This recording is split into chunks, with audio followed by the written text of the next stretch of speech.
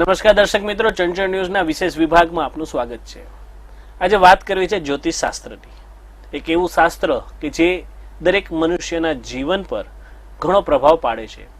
લોકોને જ્યોતિષ વિશે, પોતાના ભવિષ્ય વિશે અને પોતાના જીવનમાં આવતી મુશ્કેલીઓ વિશે તેનો ઉકેલ જ્યોતિષની દ્રષ્ટિએ કેવી રીતે આવે તે જાણવાની ઉત્કંઠા અચૂક હોય છે. વિવિધ માધ્યમો છે, ખૂબ જ ગહન શાસ્ત્ર છે અને આજે આ જ્યોતિષ શાસ્ત્રની પ્રાથમિક ચર્ચા કરવા માટે મુંબઈથી આપણા સ્ટુડિયોમાં ઉપસ્થિત છે શ્રી સચિનભાઈ બલભદ્ર. સચિનભાઈ, આપનું સ્વાગત છે ચંચળ ન્યૂઝમાં. Thank you. સચિનભાઈ નાડી જ્યોતિષ છે અને વૈદિક જ્યોતિષ શાસ્ત્રના જાણકાર છે અને આપણે એમની પાસેથી જાણવા પ્રયાસ કરશું કે જ્યોતિષ શાસ્ત્ર શું છે, શું તેનો પ્રભાવ પડે છે અને જે 2025નું વર્ષ છે, ખાસ કરીને શનિ મહારાજે રાશિ બદલી છે, મીન રાશિમાં ગયા છે, તો હવે તમામ રાશિઓ ઉપર, દેશ દુનિયા ઉપર તેની જ્યોતિષ શાસ્ત્રની દ્રષ્ટિએ શું અસરો પડવા જઈ રહી છે. સચિનભાઈ, સૌથી પહેલો પ્રશ્ન આપને.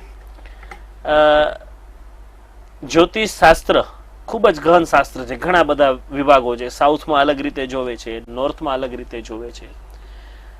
તમે કઈ રીતે આ શાસ્ત્રમાં આગળ વધ્યા અને તમારો અત્યાર સુધીનો અનુભવ કેવો રહ્યો? છેલ્લા 22 વર્ષથી હું આ શાસ્ત્રને વિદ્યાર્થી જ છું અને છેલ્લે સુધી વિદ્યાર્થી જ રહીશ, કારણ કે આ એટલો ઊંડો શાસ્ત્ર છે, એમાં કોઈ એમ ન કહી શકે કે હું પારંગત થઈ ગયો છું. ફર્સ્ટ ઓફ ઓલ, અને હું પારાશર જ્યોતિષનો વિદ્યાર્થી હતો. પારાશર જ્યોતિષ એટલે કે વૈદિક જ્યોતિષ. એમાં ગ્રહોના અસર, યુતિ, ગ્રહોની અને આપણા જીવન પર શું ઇમ્પેક્ટ આવે છે, એ બધું કરતા કરતા મને 22 વર્ષ થયા. એના પછી નાડી, જે આપણા માટે થોડુંક નવું છે અહીંયા માટે, આ સ્પેશિયલી સાઉથમાં નાડીનું કોન્સેપ્ટ વધુ ચાલે, પણ નાડી પણ એક્યુરેટ એટલું જ આપે છે, ઉલટાનું વૈદિક કરતા થોડુંક આમાં આપણે એમ કહીએ કે ક્લિયર આપણને વધુ વિઝન મળી જાય છે. તો અમે નાડી અને પરાશર બંનેને સમન્વય કરી અને જ્યોતિષને જાણવાની પ્રયત્ન કરીએ છીએ. જ્યારે જ્યોતિષ શાસ્ત્રની વાત આવે ત્યારે સ્વાભાવિક રીતે દરેકના જીવનમાં ક્યાંક ને ક્યાંક મુશ્કેલી હોય, ક્યાંક ને ક્યાંક રૂકાવટ હોય અને એના પ્રશ્નો લઈને લોકો એક જ્યોતિષ શાસ્ત્રના નિષ્ણાંત તરીકે આપની પાસે આવતા હોય છે. તો આપની પાસેથી હું જાણવા માંગીશ કે જ્યોતિષથી શું જીવનમાં પરિવર્તન આવી શકે, જે લોકોને નાની મોટી મુશ્કેલીઓ હોય છે તેમાં? જ્યોતિષ શાસ્ત્ર છે ને તમારા જીવન સાથે છે ને સંકળાયેલું છે. તમે એમ કહી શકો છો કે જ્યોતિષ શાસ્ત્ર તમે ચાહો અથવા ન ચાહો, પણ આ ગ્રહ જે છે ને એ તમારા જીવનમાં રોલ ભજવે જ છે. કદાચ કોઈ એને ઇગ્નોર કરી નાખે અને કદાચ કોઈ ફીલ કરે, પણ એને આપણે નકારી શકતા નથી. એ છે એટલે 100% સાયન્સ પ્રૂફ છે. ગ્રહો જે છે, તમે કહ્યું કે એ સાયન્સ પ્રૂફ છે, ભાગ ભજવે જ છે ક્યાંક ને ક્યાંક. ગ્રહોની શું ભૂમિકા રહે છે મનુષ્યના જીવન ઉપર, જન્મથી કરીને મૃત્યુ સુધીનું આખું જે આપણે આકલન કરીએ? જો હું તમને એક સિમ્પલ લોજિક સાથે અને સિમ્પલ એક ઉદાહરણ સાથે તમને સમજાવું. કહેવામાં આવ્યું છે કે ચંદ્ર જે છે એ તમારા માનસિક રીતે, માનસિક એટલે મનના કારક છે. તમે જુઓ અત્યારે બી દરિયામાં જે ભરતીને ઓટ આવે છે ને, એને રેગ્યુલેટ કોણ કરે છે? ચંદ્ર જ કરે છે ને. જે અમાસ આવી કે પૂનમ આવી એવી રીતના. અને તમને જોવું હોય કે જેની માનસિક રીતે જે થોડાક વીક હશે અથવા જેને આપણે એમ કહી શકીએ માનસિક રોગી છે, એવા લોકો તમે જોજો કે પૂનમ અને અમાસના દિવસોની આસપાસ છે ને, એ લોકોની પરિસ્થિતિ બહુ જ થોડીક વિકરાળ થતી જતી હોય, કારણ કે ચંદ્ર મનને કનેક્ટ કરે છે. એમ સૂર્ય જે છે એ તમારો આત્માનો કારક છે, સેલ્ફ કોન્ફિડન્સનો કારક છે. સૂર્ય તમારો નબળો હોય, તમને એમ લાગે કે સૂર્ય તમે નથી કરી શકતા, તમારો કોન્ફિડન્સ લેવલ ડાઉન આવે છે. એવી રીતે હર પ્લેનેટનો પોતાનો એક પાવર છે જે તમારા ઓરાની આવે છે. તમે કનેક્ટ નથી થઈ રહ્યા, એ ઓરા તમારામાં ઉણપ દેખાશે જ. પ્રાચીન શાસ્ત્ર છે ખૂબ જ, અને તમે કહ્યું એમ ખૂબ જ ગહન વિષય છે, ખૂબ જ લંબાણ પૂર્વકનું છે. તો જ્યારે કોઈ પણ વ્યક્તિ તમારી પાસે કોઈ બી સમસ્યા અથવા કોઈ રૂકાવટ લઈને આવે છે, તો તમે એનો કઈ રીતે અભ્યાસ કરો છો? ખાલી પ્રાથમિક રીતે હું પૂછવા માંગુ છું કે ખરેખર એ વ્યક્તિનો જન્મનો સમયથી લઈ કઈ રીતે એનો અભ્યાસ કરો છો અને કઈ રીતે એનું આખી પદ્ધતિ હોય છે એના નિરાકરણ માટેની? જો સૌ પ્રથમ આવે છે કે માણસ પ્રશ્ન લઈને આવે કે મને આ તકલીફ છે, મને આ પ્રોબ્લેમ છે, તો એનું સૌથી સરળ અને સૌથી પહેલા જોવાનું એની દશા કેવી ચાલે છે. દશા, અંતરદશા અમે લોકો જોઈએ. હું તમને એક ઉદાહરણ આપું કે કોઈ આવે અને કે મારું બધું જ મેશ થઈ ગયું છે, મારું બધું જ ખતમ થઈ ગયું છે, મને બહુ જ અડચણો આવે છે, આર્થિક હાલત ખરાબ છે, માનસિક રીતે હું પીડિત છું, એટલીસ્ટ એવા કિસ્સા આવે કે ભાઈ અમને તો હવે ઘર વેચવું પડશે, એવું બધું. ત્યારે આપણને આઈડિયા આવે કે ક્યાં ને ક્યાં શનિમાં રાહુની દશા ચાલતી હશે અથવા રાહુમાં શનિની દશા ચાલતી હશે. તો દશાના રોલને અમે લોકો આમાં જોઈએ છીએ. દશાના રોલ પ્રમાણે મનુષ્યના જીવનમાં પરિવર્તન આવે છે. તો દાખલા તરીકે આપણે કોઈ માણસ આવે કે ભાઈ મારો સારો સમય કેવી રીતે પ્રેડિક્ટ કરી શકાય કોઈ બી વ્યક્તિના જીવનમાં, કે હવે આ મારો સારો સમય છે અથવા તો ખરાબ સમય કેવી રીતે પ્રેડિક્ટ કરી શકાય, એના દર્શકો સમજી શકે એ રીતે સરળ ભાષામાં એમને આપણે સમજાવવાનો પ્રયાસ કરીએ. બે હોય. એક હોય ગોચર. ગોચર એટલે કે અત્યારે જે પ્લેનેટ ફરતા હોય છે, તો તમારા કયા પ્લેનેટ ઉપરથી જઈ રહ્યા છે, કોને કનેક્ટ કરી રહ્યા છે, એ હોય. અને બીજું હોય તમારી દશા. બીજું તમારા પ્લેનેટમાં કેટલો પાવર છે. અત્યારે હું તમને એક એક્ઝામ્પલ આપું કે તમારો સૌથી ફેવરેટ પ્લેનેટ અને તમને બહુ ફળ આપવાવાળો પ્લેનેટ પણ એ કુંડલીમાં વીક બેઠો હોય, તો એની દશા ગમે તેવી સારી હોય પણ એ તમને રિઝલ્ટ નહીં આપી શકે. એવી જ ઓપોઝિટ રીતે આપણે વિચાર કરીએ કે તમારો કોઈ એનિમી પ્લેનેટ હોય પણ એ અગર કુંડલીમાં વીક થઈને બેઠો છે, તો એ દશા તમારું કંઈ વધારે બગાડી શકવાની નથી. તો અમે આ બધું જ ભેગું કરી અને છેલ્લે પછી એનું નિરાકરણ આપીએ છીએ. એટલે સારો સમય અને ખરાબ સમય એનો દશા ઉપર જ દશા ઉપરથી પ્રિડિક્ટ થાય. અને નાડીની અંદર દશા નથી હોતી. નાડી એક અલગ કોન્સેપ્ટ છે. નાડીમાં શું જોવાનું આવે? પ્રોગ્રેશન જોવામાં આવે કે તમે 12 વર્ષે ગુરુ ફરતા હોય છે, જુપિટર, અને 12 વર્ષે અત્યારે તમારે કયા સ્થાન ઉપર છે, કયા પ્લેનેટ સાથે એને કનેક્શન કર્યું છે, ટ્રાયન બનાવ્યો છે, શું રિઝલ્ટ આપવા માટે બેઠો છે, એ કરતો હોય છે. પણ મારા અનુભવમાં મને એમ આવ્યું છે કે ગજ કેસરીએ હજી સુધી કોઈને એવો રિઝલ્ટ નથી આપ્યો જે રિઝલ્ટનો એ આશા રાખી હોય. પણ હું એમ કહું કે ગજ કેસરી યોગ સાથે યોગ એવો છે કે તમારી સાથે ચીટિંગ થવાના યોગ અથવા તમારી સાથે કપટ થવાના યોગ એ બનાવી દે છે. એ માણસ સાથે અચૂક ચીટિંગ થશે ને થશે. આ ગજ કેસરી યોગ. તો એવા જીવનમાં કયા કયા યોગો હોય છે કે એ લાઈફમાં આવતા હોય છે અને લોકોને તમે કહી શકશો કે ભાઈ આ તમારા માટે બેસ્ટ ટાઈમ હોઈ શકે? જો જેમ એમ છે કે જુપિટર, આપણે કહીએ કે જુપિટર એટલે ગુરુ. અગર ગુરુ બેસ્ટ પોઝિશનમાં બેઠો છે કુંડલીમાં, કોઈ સારા ઘરને જોઈ રહ્યો છે, જેમ કે આપણે કહીએ પૈસાના સ્થાન, ધન સ્થાનને, સુખ સ્થાનને, કર્મ સ્થાનને, ભાગ્ય સ્થાનને, પંચમ સ્થાનને જોઈ રહ્યો છે, તો આપણને એમ લાગે કે આ માણસ છે કે કંઈ પણ નહીં થાય, જુપિટર છે તો જુપિટરની દશામાં આ બેસ્ટ ટાઈમ કાઢી લેશે અને બહુ સારો એવો ટાઈમ એ કરશે. પણ હવે કોઈ યોગ એવા આવે જેમ હું કહું કે વિષ યોગ, જે ચંદ્ર અને શનિથી બનીને વિષ યોગ બનતો હોય છે. વિષ યોગ નામથી જ વિષ યોગ આવી ગયો કે એમાં વિષ છે. હવે એ માણસ લાઈફ ટાઈમ દુઃખી થવાનો યોગ લઈને આવી ગયો છે. હમ બધા જ જ્યોતિષ કે અમે તમારી પૂજા કરાવી દઈશું, અમે આ રેમેડી કરશું, આ કરશું, પણ આ વિષ યોગ એટલે કે ચંદ્ર અને શનિ જ્યારે બંને એક હાઉસમાં બેઠા હોય એને કહેવાય વિષ યોગ. વિષ યોગનો અર્થ થયો કે દુનિયાને તમે બધો સુખ આપ્યો પણ તમારા માટે સુખ નથી, તમારા જીવનમાં વિષ પડ્યો છે. એવા ઘણા યોગ આવે. જેમ આપણે એમ કહી શકીએ કે શુક્ર ચોથા સ્થાન પર છે અને અગર તુલાનો જ છે એટલે કે એની પોતાની જ રાશિનો છે, તો તમારા ઘર નીચે મર્સિડીઝ ઉભી જશે, કારણ કે માલવ્ય યોગ કર્યો.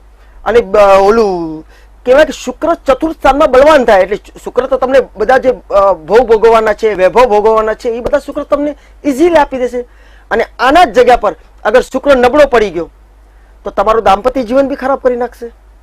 તો આ બધું કેલ્ક્યુલેટ કરીને જોવાનું હોય છે કે જાતકને શું સુટેબલ છે, કેવી રીતના છે, અને એ હિસાબે પછી અમે લોકો આગળ વધીએ છીએ. આ પ્રકારના ગ્રહો નબળા હોય કે બીજું કઈ હોય તો એની રેમેડીઝ અથવા એના કોઈ ઉપચારો કે એ રીતનું શાસ્ત્રોમાં બતાવેલું છે ખરું દરેક અવસ્થા માટેનું? આમાં એમ કહેવામાં આવ્યું છે કે જેટલા પાપ ગ્રહ હોય અથવા જે એવા પ્લેનેટ છે જે તમારું એની દશા તમારા માટે ખરાબ જ જવાની છે, એમને એવા હાઉસનો ઓનર બનાવ્યા છે જે હાઉસ તમારા માટે ખરાબ છે.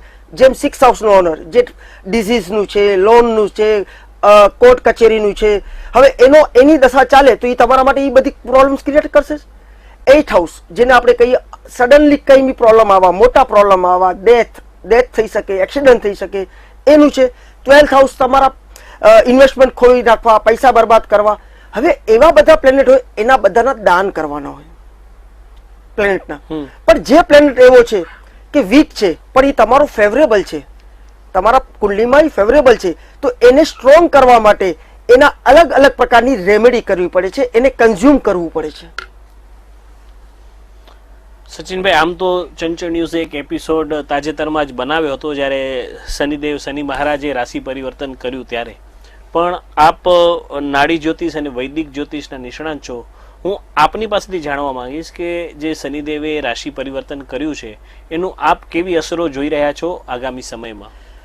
શનિ મહારાજે પોતાની રાશિ છોડી અને ગુરુ મહારાજની રાશિમાં પ્રવેશ કરી નાખ્યો છે.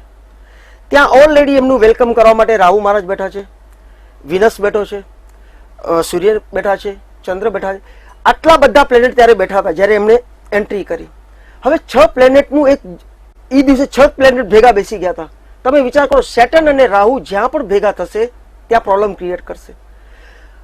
ઓલ ઓવર ઇન્ડિયામાં, ઓલ ઓવર વર્લ્ડમાં આપણે એમ કહીએ કે એની અસર એવી પડશે કે કુદરતી આફતો આવી, વોર થવી, પ્રાઇસ હાઇક થવી, માર્કેટ શેર માર્કેટમાં સ્પેશિયલી કંઈક મોટું ઉતાર ચઢાવ આવી જાય, એવા બધા થશે. પણ અગર કોઈ વ્યક્તિ ફોરેન જવા માંગે છે અથવા ફોરેન સાથે કનેક્ટેડ છે, રહે છે ઇન્ડિયામાં પણ ફોરેન સાથે કનેક્ટેડ છે, ફોરેનમાં એનું કામ ચાલે છે, એનએમસીમાં છે, એ લોકો માટે તો આ સારું છે. અચ્છા, જે વ્યક્તિ કોર્ટ કચેરીમાં છે, જેના ઉપર એમ લાગે છે કે મારા ઉપર મારા શત્રુ લોકો હાવી થઈ ગયા છે, એ લોકો માટે તો બેસ્ટ છે. અને અત્યારે એમ છે કે ગુરુના ઘરનો શનિ એવું રિઝલ્ટ આપી રહ્યું છે કે અત્યારે તમને 1 પૈસા બેસવાનો સમય નહીં આપે.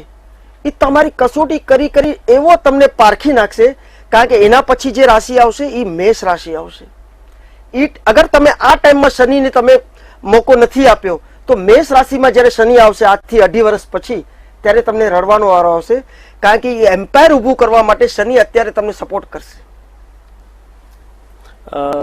મીન રાશિમાં શનિ મહારાજ આવી રહ્યા છે, એક પનોતીનો બીજો તબક્કો શરૂ થઈ રહ્યો છે, તો એમના જાતકો માટે આપ કઈ માર્ગદર્શન આપી શકશો અત્યારે શનિ મહારાજ માટે?